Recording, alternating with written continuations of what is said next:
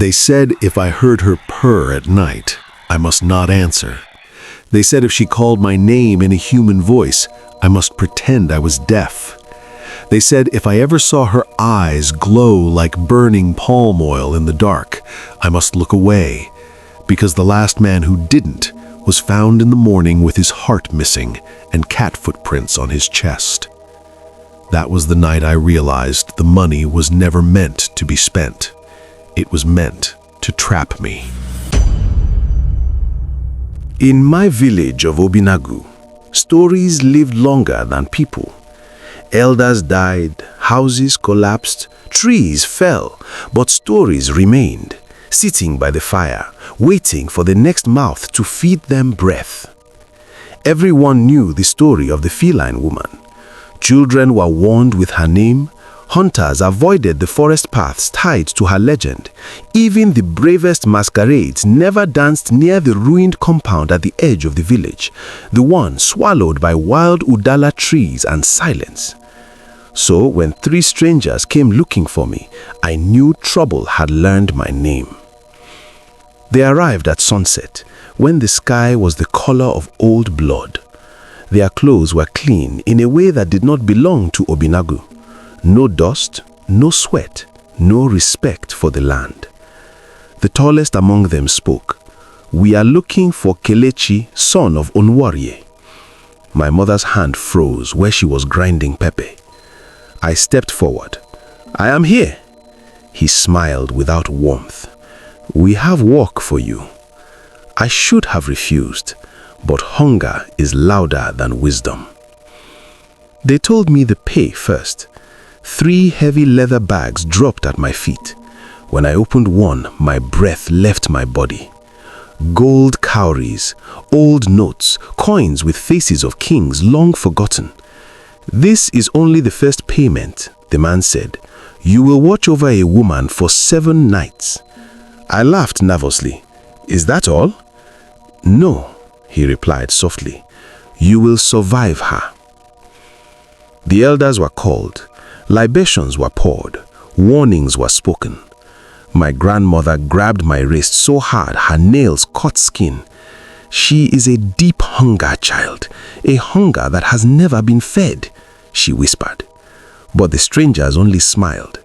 "She cannot leave her compound," they said. "She cannot harm you unless you break the rules." "What rules?" I asked. Their eyes darkened. "You will learn them at night." The compound sat where the forest bent inward, as if afraid to go further. Broken walls, tall grass, silence too heavy for insects. At the center stood a small hut, clean and untouched by decay. "She lives there," the stranger said. "You will stay outside, from dusk till dawn."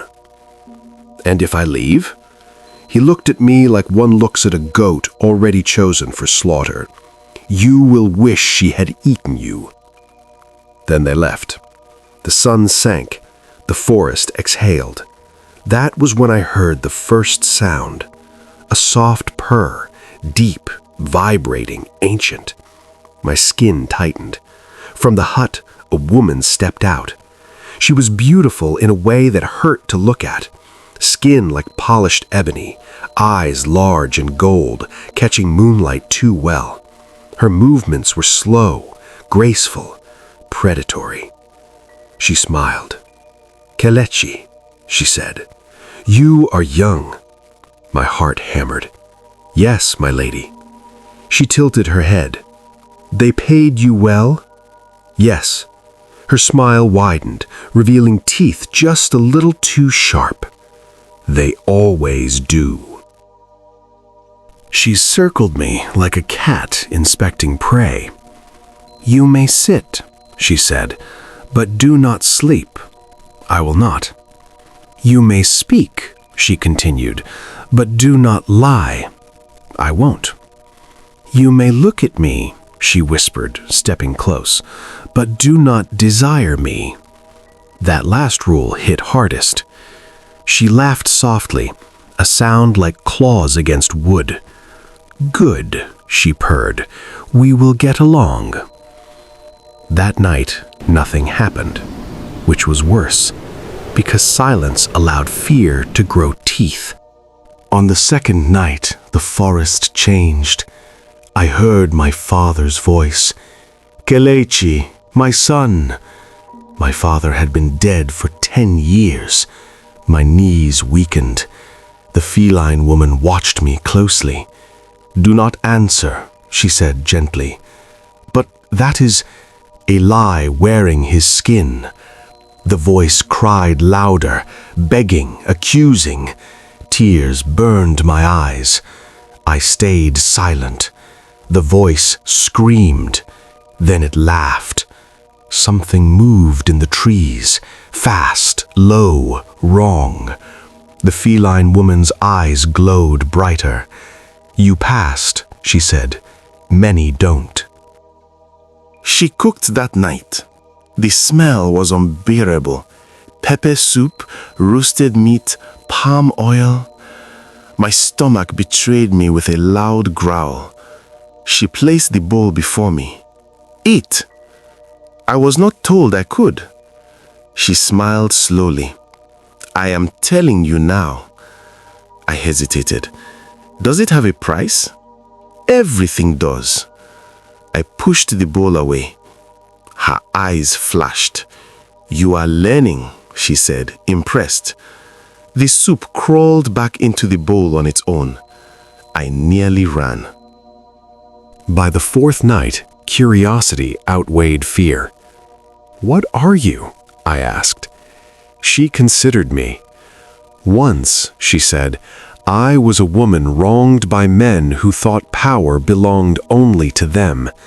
Her voice deepened. "They sold me to spirits. I survived." Her shadow shifted, ears, tail, claws. I became something else. "Why are you trapped here?" She laughed bitterly. "Because balance must be paid for." Then she leaned close. "And you, Kelechi, are part of that payment." That night, she made me an offer. "Free me," she said, eyes glowing, "and I will make you richer than kings." Images flooded my mind. Palaces, respect, women, power. "And if I refuse?" She shrugged. "Another watcher will come, and another, until one says yes." "What happens to those who say no?" She pointed toward the forest. Bones lay there, old, fresh. "They go home," she said softly, "in pieces." The strangers returned before dawn. I confronted them. "She is bound," I said, "by you." They laughed. "She feeds our fortunes," one said. "As long as she is watched, she remains contained. And when she breaks free," the tallest man smiled, "then the world remembers fear." That night, the feline woman wept. Real tears. "She turned me into a prison," she said, "and you into the lock." Her hand brushed mine, warm, human. "Help me." My soul tore in two. The final night arrived, heavy with destiny. The moon was full, the forest trembled, the rules screamed in my head. She stood before me, no smile, no claws, just a woman. "If you walk away," she said, "I remain forever. If I stay, you die or you change." I remembered the money, the hunger, the lies. I remembered Obinagu. I made my choice.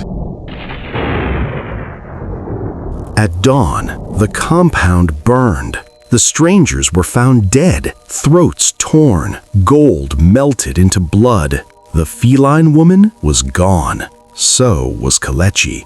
Sometimes near Obinagu, people hear two sets of footsteps in the forest. Sometimes they see golden eyes watching over the village. And sometimes, when greed grows too loud, something purrs in the dark.